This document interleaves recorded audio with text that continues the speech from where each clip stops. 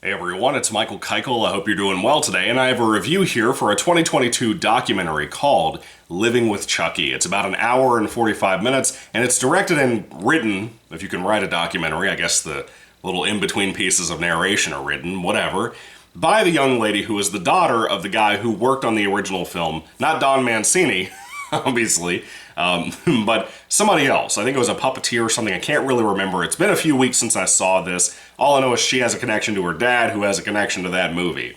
But she has lived a life being interested in Chucky, and most of this documentary is not about her. It's more about Don Mancini and the franchise. This is one of those legacy documentaries, sort of, but more personal because it's sort of about her in the third act of the movie. Is this a third act film? Or three-act movie because it's a documentary? Do documentaries have acts? I don't know. But it's kind of like in the land of Camp Crystal Lake or Crystal Lake Memories or Never Sleep Again, those documentaries about Freddy and Jason movies. And basically, they interview Don Mancini quite a bit. A lot of the other people, some of the cast, some of the crew, they interview other people like Marlon Wayans and Lynn Shay, which was kind of surprising to see them here because they've never been in Chucky movies before.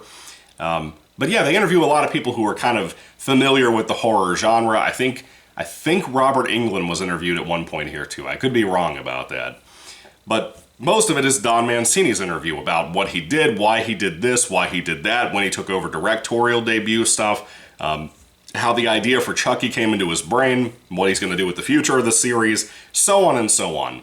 And I wanted to love this quite a bit, because I'm a Chucky fan, obviously, a hardcore Chucky fan, and I love and respect Don Mancini. He's had his issues in the series that he's done, but he's overall, I think, pretty creative and pretty cool, trying new things for every entry of the franchise.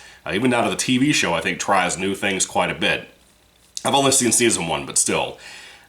Essentially, that is the gist of this documentary, is being a legacy recovering of those movies. And I enjoyed the majority of that, because the movie kind of flies by. They don't really spend a ton of time on a lot of the sequels, just kind of here and there. It's very general in that respect, and that's fine. This is kind of like His Name Was Jason, which was the first ever Friday the 13th documentary made about the movies. It was very quick. I think Tom Savini was involved, if I remember correctly. It just zoomed by very quickly, very broad strokes over those movies. That's what Living with Chucky is doing. But my problem comes in, and where I have to take points off because of my personal opinions, and I think everybody's opinions, are when you get to Seed of Chucky and how fucking hard all of these people, John Waters, who makes a couple of interview appearances in here, Don Mancini, all of the cast and crew, they cope so fucking hard the way Hollywood does to this day over things like Disney and Star Wars shit like The Acolyte. They cope so hard over how good and proud they are of that fucking turd, Seed of Chucky. It's amazing.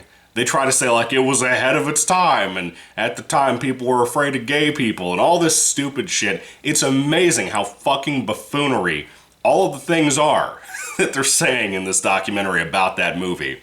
But outside of that, and I don't use that to reflect upon the fan who made this movie, because I don't know how she feels about this. I don't think she even really talks about how she feels about it.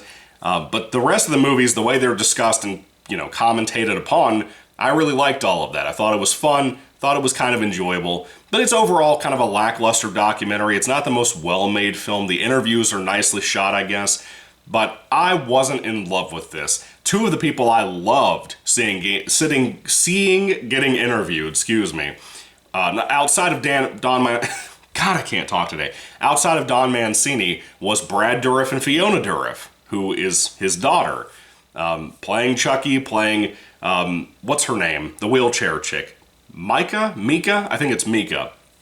I loved the stuff they had to talk about with the series. They were super interesting here. Pretty much all the cast are. I think Jennifer Tilly was involved here too to be interviewed, if I remember. I was on vacation when I watched this, so some of it might be a little blurry with who was here, who wasn't here. But anyway, I had a good time watching this. It's just not like amazing, It's not anywhere close to like Never Sleep Again, Crystal Lake Memories, and it doesn't have to be. It can be its own good little project, but I just don't think it was. I think it was really, really, really fine, It was enjoyable, I liked it as a fan, but the Seed of Chucky cope is some bullshit. I don't care who you are, Don Mancini is too fucking smart to pretend like that shit is good. So, anyway, have you seen it? What do you think about the film Living with Chucky? If I had to rate it on a 5-star basis, I think I'd give it like a kind of a high 3 out of 5 stars. I liked it, but it's got big ass problems. I don't know if I'd buy it for my collection of all this shit that I watch and own, because I don't think I would rewatch this like I do a lot of my other documentaries. And I don't mean that as an insult to the movie or to the filmmaker, but that's just how I feel, man. It's really, really, really okay. It's kind of a fan documentary, I guess. But it's cool she got to use so much footage here because of Don and the different companies releasing that, I guess.